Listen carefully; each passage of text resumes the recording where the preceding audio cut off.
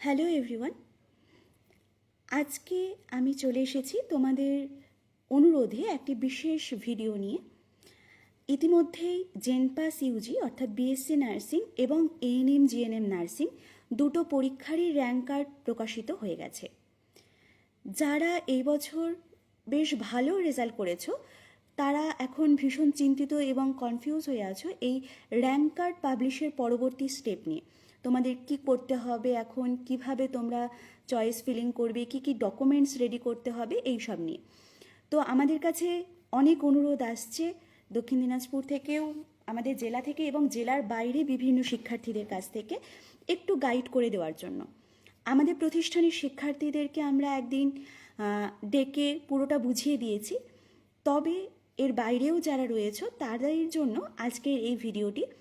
আমরা প্রবলেম হচ্ছে, চলো এবার ঠিক হয়ে গেছে, আমি শুরু করছি। তো প্রথমেই আমরা জানি আমাদের র্যাঙ্ক কার্ডগুলো পাবলিশ হয়ে গেছে। তো তোমাদেরকে যেটা করতে হবে, র্যাঙ্ক কার্ডে তোমাদের জিএমআর র্যাঙ্কটাকে লক্ষ্য রাখতে হবে। তোমাদের জিএমআর র্যাঙ্ক কত সেইটা দিয়েই কিন্তু তোমাদের পরবর্তী কাউন্সিলিং হবে। কাস্ট র্যাঙ্ক যা আছে সেইটা থাকবে, তবে জিএমআর র্যাঙ্কটাই আসল, ওইটা থেকেই তোমার কাউন্সিলিং হবে। এইবার চলে আসি র্যাঙ্ক কার্ডের পরবর্তী স্টেপ কি। র্যাঙ্ক কার্ডের পরবর্তীতে একদম এর পরের প্রসেস হবে রেজিস্ট্রেশন অর্থাৎ কাউন্সিলিং। তুমি কাউন্সিলিংয়ে বসবে কি না এইটা তোমাকে ডিসাইড করতে হবে। তো তোমার যদি র্যাঙ্ক এরকম মনে হয় যে তোমার র্যাঙ্কে তুমি সরকারি কলেজ, তো তোমাদের যখন এই রেজিস্ট্রেশন প্রসেসটা শুরু হবে, সেই রেজিস্ট্রেশন করতে হবে তোমাদেরকে 500 টাকা দিয়ে। এর জন্য কিন্তু টাকা লাগবে। 500 টাকা দিয়ে তোমরা তোমাদের রেজিস্ট্রেশনটা কমপ্লিট করবে। এই রেজিস্ট্রেশনের জন্য লাগবে তোমার আধার কার্ড, উচ্চ মাধ্যমিকের মার্কশিট, এবং তুমি যেই ব্যাংক থেকে টাকাটা দেবে, 500 টাকা পেমেন্ট করবে, তার ফার্স্ট পেজের একটা ব্যাংকের ছবি, ব্যাংকের বইয়ের যে ফার্স্ট পেজ তার ছবিটা লাগতে পারে। সেই ক্ষেত্রে তোমার যদি নিজস্ব ব্যাংক অ্যাকাউন্ট না থাকে, তুমি যার অ্যাকাউন্ট থেকে পেমেন্ট করবে সেইটাও তুমি দিতে পারো। তাহলে এই রেজিস্ট্রেশনটা তুমি করে নেবে। রেজিস্ট্রেশন করে নেওয়ার পর তোমাকে একটা অ্যাকনলেজমেন্ট স্লিপ দিয়ে দেওয়া হবে, সেইটা তুমি রেখে দেবে তোমার কাছে। আপাতত তোমার এতটুকুই কাজ হবে। এরপরে দেওয়া হবে চয়েস ফিলিং। ওই কাউন্সিলিং প্রসেস যখন শুরু হবে তখন রেজিস্ট্রেশন করার পর তোমাকে চয়েস ফিলিং করতে বলবে যে তুমি কোন এনটিএসে চান্স পেতে চাও, কোন এনটিএসটা তোমার ভালো লাগছে। তো এই চয়েস ফিলিংটা একটু মন দিয়ে করতে হবে, শুধুমাত্র কারো ওপর ছেড়ে দিলে হবে না। এটা একটু বুদ্ধি করে এনটিএসে তুমি কোন এনটিএসে যেতে চাও, তোমার লাইনে কোর্স করেছো, এখন একটু কনফিউজ হয়ে আছো কি করে করতে হয় চয়েস ফিলিংটা, সেই ক্ষেত্রে তোমরা আমাদের হেল্প নিতে পারো। আমরা প্রতি বছরই আমাদের স্টুডেন্টদের পাশাপাশি যদি বাইরের কোনো স্টুডেন্ট থেকে থাকে তাদেরকেও কিন্তু আমরা সমানভাবে হেল্প করে থাকি কলেজ সিলেকশনের ক্ষেত্রে, এনটিএস সিলেকশনের ক্ষেত্রে। তো তোমরা আমাদেরকে মেসেজ করতে পারো, আমরা বুঝিয়ে বলে দেব, অসুবিধা হবে না। তাহলে এই চয়েস ফিলিংটা করবে। এই চয়েস ফিলিংয়ের ক্ষেত্রেও একটা ব্যাপার আছে।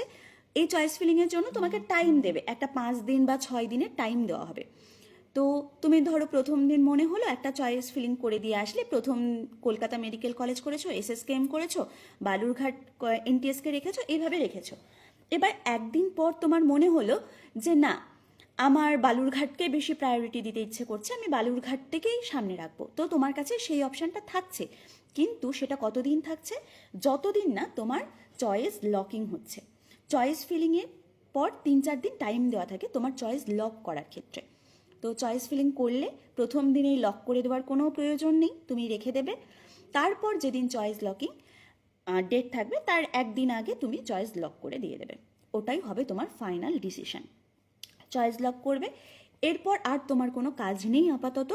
তোমাকে এরপর অপেক্ষা করতে হবে কবে ফার্স্ট রাউন্ডের রেজাল্ট বেরোবে।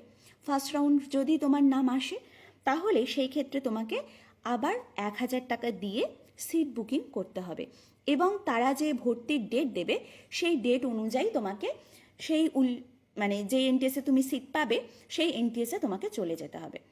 এই ক্ষেত্রে এইবার এই যে ভর্তির ডেট, এই ক্ষেত্রে কিন্তু ডেট বেশি দেওয়া হয় না।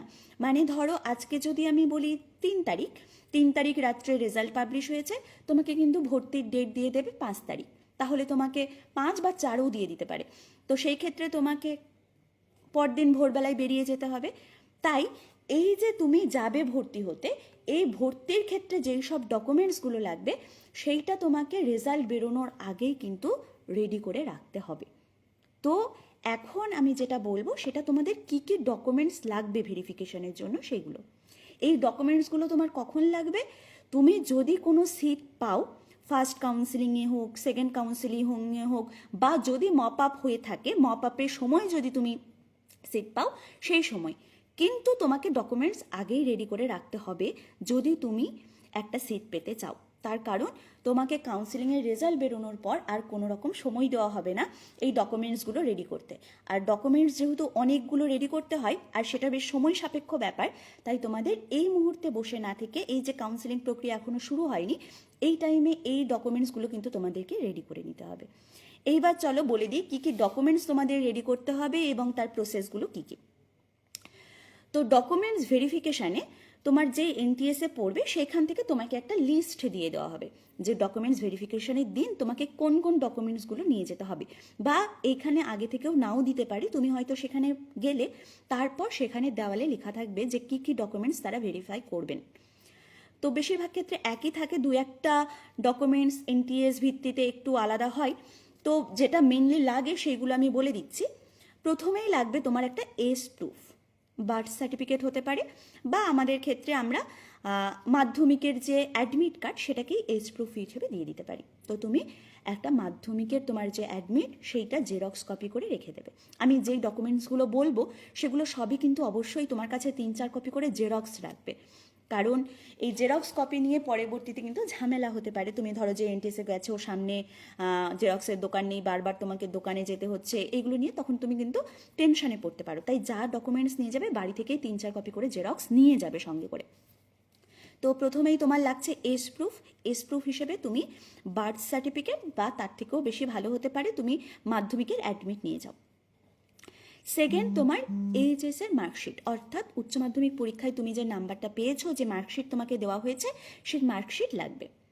সেকেন্ড, থার্ড, তুমি যদি কোনো কাস্টের মধ্যে পড়ে থাকো, জেনারেল না, তুমি এসসি, এসটি, ওবিসি, ইডাব্লিউএস যাই হও না কেন, সেই ক্ষেত্রে তোমার একটা কাস্ট সার্টিফিকেট লাগবে। কাস্ট সার্টিফিকেটটা অবশ্যই আসল কপি তোমাকে নিয়ে যেতে হবে। এবং এই কাস্ট সার্টিফিকেটের ক্ষেত্রে একটা ব্যাপার, এখন আমরা জানি সব কাস্টগুলোকে রিভ্যালিডেট করা হচ্ছে, রিভেরিফিকেশন করানো হচ্ছে। তো সেই ক্ষেত্রে কাস্ট সার্টিফিকেট কিন্তু অবশ্যই রিভ্যালিডেট হতে হবে। ওবিসিদের ক্ষেত্রে এনসিএল নিয়ে যেতে হবে। এই কাস্ট সার্টিফিকেটের কাজগুলো তোমরা নিজস্ব পঞ্চায়েত হলে পঞ্চায়েতে গিয়ে, মানে ব্লকে গিয়ে, বা তুমি যদি মিউনিসিপ্যালিটির আন্ডারে পড়ো তাহলে এসডিও অফিসে গিয়ে এই কাস্ট সার্টিফিকেট সম্বন্ধিত যে কাগজগুলো আছে সেগুলোকে ঠিক করে নেবে। যারা জেনারেল তাদের এই সংক্রান্ত কোনো চিন্তা করবার দরকার নেই। এরপরে চলে আসি, আরেকটা লাগে র্যাঙ্ক কার্ড। র্যাঙ্ক কার্ড তো অবশ্যই লাগবে তোমার কাছে। তুমি এখন যে র্যাঙ্ক কার্ডটা পেয়েছো এটা প্রিন্ট আউট করিয়ে রাখবে, এই র্যাঙ্ক কার্ডটা তোমাকে সঙ্গে করে নিয়ে যেতে হবে। আর লাগবে তোমার রেজিস্ট্রেশন স্লিপ, অর্থাৎ ওই যে অ্যাকনলেজমেন্ট বললাম, তুমি যখন রেজিস্ট্রেশন করাবে, তুমি যে কাউন্সিলিং প্রক্রিয়ায় অংশ নিচ্ছ, তুমি 500 টাকা দিয়ে কাউন্সিলিংয়ে অংশ নিয়েছো, তখন তোমাকে একটা অ্যাকনলেজমেন্ট স্লিপ দেওয়া হবে, বা সেটাকে রেজিস্ট্রেশন সার্টিফিকেট বলা হয়, সেইটাও অবশ্যই তোমাকে সঙ্গে করে নিয়ে যেতে হবে। আর লাগবে তুমি যে সিট অ্যালটমেন্ট করেছো 1000 টাকা দিয়ে তোমার ফার্স্ট কাউন্সিলিং বা সেকেন্ড কাউন্সিলিংয়ে নাম আসার পর, সেই সিট অ্যালটমেন্টের যে কোনো স্লিপ যদি দিয়ে থাকে সেইটাও তোমাকে নিয়ে যেতে হবে। এরপর চলে আসি, এইগুলো তো তোমার কাছে অলরেডি আছে, কাস্ট সার্টিফিকেটের যে রিভ্যালিডেশনের ব্যাপার সেইটা ছাড়া বাকিগুলো তোমার কাছে আছে, এটা ধরে নেওয়াই যায়। এরপর যেটা মেইন, এখন তোমাদেরকে এই ফাঁকার সময়ে যে কাজটা করতে হবে সেইটা হলো 1 নাম্বার, ইনফরমেশন বুলেটিন বলে WBJEর যে ওয়েবসাইট, সেইখানে একটা বেশ বড় একটা পিডিএফ দিয়ে দেওয়া হয়েছে 8 পেজে। সেই পেজের প্রথমেই রয়েছে প্রোফর্মা A1। এইখানে বলা হয়েছে এসডিও বা বিডিওর থেকে একটা সাইন করিয়ে নিতে। তুমি যে এই বালুরঘাটের বাসিন্দা, বা যেখানে তোমার বাড়ি, তুমি যে সেখানকার বাসিন্দা, তার একটা প্রমাণপত্র। এইবার এই প্রমাণপত্রের দুটো ভাগ আছে, একটা প্রোফর্মা A1 এবং অন্যটা হলো প্রোফর্মা A2। তো এই দুটোর মধ্যে পার্থক্যটা কি? ধরো তোমাদের মধ্যে কেউ এই বছর এইচএস দিয়েছো, 2026 সালে তুমি এইচএস পাশ করেছো, তাহলে তোমাকে A1 নেওয়ার দরকার নেই। তুমি কি করবে, ডিরেক্ট তোমার স্কুলে যাবে, স্কুল থেকে তুমি হেড ম্যাম বা হেড স্যার যিনি থাকবে তাকে দিয়ে প্রোফর্মা এটুতে সাইন করিয়ে নেবে। ব্যাস এটুকুই তোমার কাজ হবে। কিন্তু তুমি যদি গ্যাপ দিয়ে থাকো, তোমার যদি এই বছর উচ্চ মাধ্যমিক না হয়, তুমি 1 বছর বা 2 বছর আগে উচ্চ মাধ্যমিক দিয়েছ, সেই ক্ষেত্রে তোমাকে কি করতে হবে? সেই ক্ষেত্রে তুমি যদি পঞ্চায়েত এলাকার হয়ে থাকো, তাহলে তোমাকে পঞ্চায়েতে মানে অনলাইনে একটা অ্যাপ্লিকেশন করতে হবে রেসিডেন্সিয়াল সার্টিফিকেট বলে।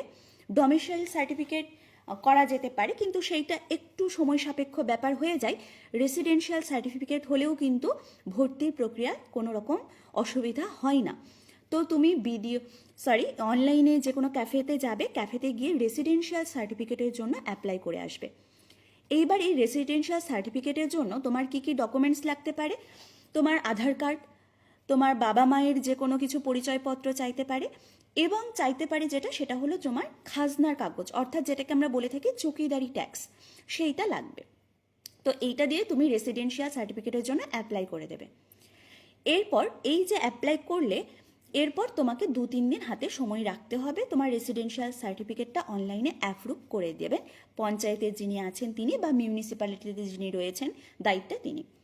এই ক্ষেত্রে যদি তুমি দেখো 1 দিন বা 2 দিনে তোমার কাজটি হচ্ছে না, কিন্তু তোমার খুব দেরি হয়ে যাচ্ছে, সেই ক্ষেত্রে তুমি একটি কাজ করতে পারো। তুমি সংশ্লিষ্ট দপ্তরের যিনি আধিকারিক তার কাছে সরাসরি যোগাযোগ করতে পারো। যোগাযোগ করে তুমি বলতে পারো তুমি অনলাইনে অ্যাপ্লাই করেছো অলরেডি, কিন্তু তোমারটা একটু তাড়াতাড়ি অ্যাপ্রুভ করা প্রয়োজন, যেহেতু তোমার ভর্তির ব্যাপার রয়েছে। তাহলে কিন্তু তিনি খুব তাড়াতাড়ি দায়িত্ব সহকারে সেইটা অ্যাপ্রুভ করে দেবেন। এই যে রেসিডেন্সিয়াল সার্টিফিকেট তুমি পেয়ে গেলে, এরপরে কি করতে হবে? এই রেসিডেন্সিয়াল সার্টিফিকেট তুমি পঞ্চায়েত থেকে নেওয়ার পর তোমাকে বিডিও বা এসডিও তার কাছ থেকেও কিন্তু অ্যাপ্রুভ করিয়ে নিতে হবে। এই প্রসেসটাও হবে তোমার অনলাইনে। তুমি পঞ্চায়েতের রেসিডেন্সিয়াল পেলে বা মিউনিসিপ্যালিটির রেসিডেন্সিয়াল পেলে, তারপরে তোমাকে পরবর্তী যিনি আছেন এসডিও বা বিডিও তারও কিন্তু অনলাইনের মাধ্যমে অ্যাপ্রুভ করিয়ে নিতে হবে। এটা গেল অনলাইন প্রসেস। এরপর কি করতে হবে? এই যে আমি বললাম ইনফরমেশন বুলেটিন একটা WBJE বোর্ড থেকে দিয়ে দেওয়া হয়েছে, এর প্রথম পেজেই রয়েছে প্রোফর্মা A1। এই প্রোফর্মা A1টাকে তোমাকে প্রিন্ট করাতে হবে, এবং তুমি যে রেসিডেন্সিয়ালে অ্যাপ্লাই করেছো সেটা যে অ্যাপ্রুভ হয়েছে সেই ফর্মটাও তোমাকে ডাউনলোড করে প্রিন্ট করিয়ে নিতে হবে। এই প্রোফর্মা A1 এবং বিডিও সাহেব বা এসডিও সাহেব যিনি অ্যাপ্রুভ করেছেন তার সেই অ্যাপ্রুভ করা কপি, এই দুটো নিয়ে তোমাকে যেতে হবে সরাসরি এসডিও বা বিডিওর অফিসে। এরপর তিনি সেই প্রোফর্মা A1-এ তোমরা দেখবে সেখানে তোমাদের ছবি লাগানোর জায়গা আছে, সিগনেচার পুরো জায়গা আছে, সেগুলো তুমি নিজের মতো ফিল আপ করবে, এবং যেখানে সেই আধিকারিকের সিগনেচার করার জায়গা সেটা তুমি ফাঁকা রাখবে। তিনি তোমার ফটো অ্যাটাস্টেড করে দেবেন এবং সিগনেচার করে দেবেন। ব্যাস, এইটা তোমার প্রোফর্মা A1 কমপ্লিট। যারা এই বছর এইচএস দিয়েছো তাদের ক্ষেত্রে এই পুরো জিনিসটাকে করতে হচ্ছে না। তারা শুধুমাত্র এটু নিজের সংশ্লিষ্ট যে স্কুল থেকে তোমরা পাশ করেছো সেই স্কুল থেকে কিন্তু সই করিয়ে নিলেই হয়ে যাবে। তবে তোমরা যদি চাও, তোমাদের হাতে টাইম আছে যাতে ভর্তির ক্ষেত্রে কোনো অসুবিধা না হয়, সেই ক্ষেত্রে যদি তোমরা চাও তাহলে সঙ্গে A1টাও বের করে রাখতে পারো। এরপর আরেকটা কথা বলে নিই, তোমাদের এইখানে ইনকাম সার্টিফিকেট লাগবে না। তবে তোমরা যখন চান্স পেয়ে যাবে সেই ক্ষেত্রে তোমাদের একটা স্কলারশিপের ব্যবস্থা থাকে। তো সেই স্কলারশিপের ফর্ম যখন তুমি অ্যাপ্লাই করবে সেই ক্ষেত্রে ইনকাম সার্টিফিকেট তোমাকে জমা দিতে হবে। তো এই ইনকাম সার্টিফিকেট তুমি যদি সেই সময় পড়ার মুহূর্তে এসে এই ইনকাম সার্টিফিকেট জোগাড় করতে যাও তাহলে কিন্তু বেশ কিছুটা দিন তোমার নষ্ট হয়ে যাবে, এবং অনেকে সেই সুযোগও পায় না। NTS থেকে ছুটির যেহেতু বেশ কড়াকড়ি ব্যবস্থা থাকে, সেই ছুটিও পায় না। তো সেই ক্ষেত্রে তোমরা যখন রেসিডেন্সিয়াল করছোই, এই সময় এই দৌড়াদৌড়িগুলো করছোই, তো এইখানে ইনকাম সার্টিফিকেটটাও কিন্তু তোমরা একবারে বের করে রাখতে পারো, যেটা তোমাদের পরবর্তীতে খুব হেল্পফুল হবে। এরপরে চলে আসে যেটা তোমাদের করতে হবে, মেডিকেল সার্টিফিকেট। তোমাদের মেডিকেল সার্টিফিকেট লাগবে। এই মেডিকেল সার্টিফিকেটটা তোমরা কোথায় পাবে? এটাও ইনফরমেশন যে বুলেটিন আমি বললাম 8টা পেজ রয়েছে, এর মধ্যেই মেডিকেল সার্টিফিকেটের একটা পেজ রয়েছে। সেই মেডিকেল সার্টিফিকেটের পেজটা তোমরা ডাউনলোড করে প্রিন্ট করিয়ে নেবে। এইবার প্রথমেই তোমাকে সেই সার্টিফিকেটে কোনো সই করাতে হবে না। প্রথম কাজ কি হবে? তোমার বাড়ির কাছে যে ডিস্ট্রিক্ট হসপিটাল রয়েছে বা যেই হসপিটাল থাকুক, তুমি সেই হসপিটালে যাবে। সেইখানে গিয়ে তোমাকে বলতে হবে তুমি নার্সিংয়ের কাউন্সিলিং করাবে, সেই জন্য তোমাকে একটা টিকিট দিতে। তো সেইখানে ওনারা কি করবেন, বেশ কিছু জিনিস মানে আমরা যেমন কোনো অসুবিধা হলে ডাক্তার দেখাতে যাই, আমাদের যে একটা প্রবলেম সেই ডাক্তার দেখিয়ে নিই, ধরো আমার চোখের প্রবলেম, আমি চোখের ডাক্তার দেখাবো, কিন্তু এই ক্ষেত্রে তোমার পুরো বডির একটা চেক আপ হবে। তো সেই যে টিকিট, সেখানে কি লেখা থাকবে, কী কী টেস্টের কথা লেখা থাকবে, 1 নম্বর লেখা থাকবে ইএনটি, অর্থাৎ ইয়ার, নোজ এবং টিথ, মানে চোখ কান গলার যে ডাক্তারটি হয় তিনি থাকবেন। তিনি সেখানে তোমাকে ট্রিটমেন্ট মানে এক্সামাইন করবেন, দেখবেন, দেখে তুমি ঠিক আছো কিনা তার একটা ফিটনেস সেখানে লিখে দেবে। এরপরে তোমার হবে ডেন্টাল। ডেন্টালেও তোমাকে চেক আপ করা হবে তোমার কোনো রকম প্রবলেম আছে কিনা। ডেন্টালের ক্ষেত্রে যদি কারো দাঁতে কোনো ক্যাভিটি থেকে থাকে, কোনো রকম প্রবলেম থেকে থাকে, তো সেইটাকে কিন্তু তোমাদের ঠিক করিয়ে নিতে হতে পারে। আমাদের আগের বছরের একজন স্টুডেন্ট ছিল, তার দাঁতে ক্যাভিটি ছিল, তো ফিটনেস সার্টিফিকেট দিচ্ছিল না, তাকে দাঁতটা তুলে নিতে হয়েছে। তো তোমাদের যদি এরকম কোনো অসুবিধা হয়ে থাকে, ভয় পাওয়ার কোনো ব্যাপার নেই, তোমাদের হাতে টাইম আছে, তোমরা দাঁতে ক্যাভিটি হলে সেটাকে সিল করিয়ে নিতে পারো, সেটাকে তুলে নিতে পারো, ডাক্তাররা যেটা সাজেস্ট করবেন তুমি সেটা করিয়ে নেবে। তো ডেন্টাল চেক আপ হয়ে যাবে। তারপর করতে হবে কিছু ব্লাড টেস্ট থাকবে, সেই ব্লাড টেস্টটা ওনারাই বলে দেবে, তোমাকে নিয়ে চিন্তা করার দরকার নেই যে কী ব্লাড টেস্ট করাবো কী করাবো, ওনারা লিখে দেবেন এবং সেই ব্লাড টেস্টগুলো করিয়ে দেবেন। এরপরে করতে হবে ইউরিন অ্যান্ড স্টুল, এই দুটোর একটা টেস্ট করানো হতে পারে, সাধারণত ইউরিন টেস্টটা করানো হয়ে থাকে, তো সেইটা করে নেবে। এরপরে রয়েছে এক্সরে, এক্সরে করতে হবে, ইউএসজি করতে হবে, এই জাতীয় জিনিস যেগুলো তোমার দরকার, প্রত্যেকটা টেস্ট কিন্তু তোমাকে করাতে হবে। চোখের পাওয়ার টেস্ট করাতে হবে, সবটা তুমি করিয়ে নেবে। এইবার এই ক্ষেত্রে একটা কথা মনে রাখতে হবে, অনেকেই হয়তো ভাবো যে না, আমি এতগুলো টেস্ট করাবো না, কেন কেন শুধু ইউএসজি, এক্সরে এত কিছু করাতে যাব। তো সেই ক্ষেত্রে তারা হয়তো কাউকে চেনা কোনো ডক্টর আছেন বা নিজের বাড়িতে কেউ ডক্টর আছেন, সেই ক্ষেত্রে একটা ওই যে মেডিকেল ফর্ম সেখানে সিগনেচার করিয়ে নেয়। তো এই ভুলটা কিন্তু করবে না। হয়তো বেশিরভাগ এনটিএসে প্রবলেম করে না, কোনো কোনো এনটিএসে কিন্তু প্রবলেম করে। তোমার এই প্রত্যেকটা সার্টিফিকেট কিন্তু তারা দেখতে চাইবে যে তুমি প্রত্যেকটা টেস্ট করিয়েছো। তো সেই ক্ষেত্রে তোমাকে প্রত্যেকটা টেস্ট করিয়ে নিতে হবে এবং তারপর মেডিকেল অফিসারকে দিয়ে সেই ফর্মে সাইন করিয়ে নিতে হবে। এবং এই যে সাইন করাবে, এই ক্ষেত্রে তোমাকে একটা চালান কাটতে হবে, খুব বেশি টাকার না, তারা দিয়ে দেবে 25 থেকে 30 টাকার একটা চালান হয়। আগের বছর সম্ভবত 25 কি 30 ছিল, এবছর বাড়াতেও পারে, আমি ঠিক জানি না এবছর কত নেবে, তো বেশি হয় না, ওই 25 বা 30-এর মধ্যেই হবে। সেই চালানটা কাটবে, কাটার পরে মেডিকেল অফিসার যিনি থাকবেন তিনি তোমার ফর্মে সিগনেচার করিয়ে দেবেন। ব্যাস, তোমার মেডিকেল সার্টিফিকেটও রেডি। এরপর তোমার আর কোনো কাজ নেই, ব্যাস তোমার এতটুকুই কাজ। এরপরে তোমাকে ওয়েট করতে হবে কলেজ এনটিএ অ্যালটমেন্ট তোমার হচ্ছে কি না, তার জন্য এই ডকুমেন্টসগুলো তুমি রেডি করবে। রেডি করে কাউন্সিলিংয়ের জন্য ওয়েট করবে। কাউন্সিলিং প্রক্রিয়া যখন শুরু হবে, তুমি ভালো মতো চয়েস ফিলিং করে তোমার সিটগুলোকে রাখবে, তোমার প্রায়োরিটি অনুযায়ী তুমি তোমার সিটগুলো এনটিএসগুলোকে রাখবে। রাখার পর তুমি চয়েস লকিং করে দেবে। এরপর তোমার যখন ফার্স্ট কাউন্সিলিংয়ে বা সেকেন্ড কাউন্সিলিং বা মপ আপ সববার যে হবে এরকম কোনো ব্যাপার থাকে না। যদি সেকেন্ড কাউন্সিলিংয়েই সব সিট বুক হয়ে যায় তাহলে আর মপ আপ হয় না। যদি সেকেন্ড কাউন্সিলিং হওয়ার পরেও কিছু সিট ফাঁকা থেকে থাকে তাহলে সেই ক্ষেত্রে মপ আপ রাউন্ডটা হয়। তো এইবার জন্য ওয়েট করবে এবং কাউন্সিলিং হয়ে গেলে কাউন্সিলিংয়ের যেদিন রেজাল্ট দেবে সেদিন তোমাকে কোন এনটিএসে তুমি পেয়েছো সেই এনটিএস থেকে তোমার কাছে মেসেজ চলে আসবে এবং মেসেজ চলে আসলেই তুমি 1000 টাকা দিয়ে সিট বুকিং করবে এবং যেই নির্দিষ্ট তারিখ দেওয়া হবে সেই নির্দিষ্ট তারিখে এই যে এই ডকুমেন্টসগুলো আমি বললাম সেই সকল ডকুমেন্টস নিয়ে তুমি সেই এনটিএসের উদ্দেশ্যে রওনা দেবে এবং সেখানে গিয়ে তোমাকে একটা অপশান দেওয়া হবে। এবার এই কথায় আসি, একটা অপশান দেওয়া হবে। কি অপশান? ইয়েস আপডেট বা নো আপডেট, এই অপশান দেওয়া হবে।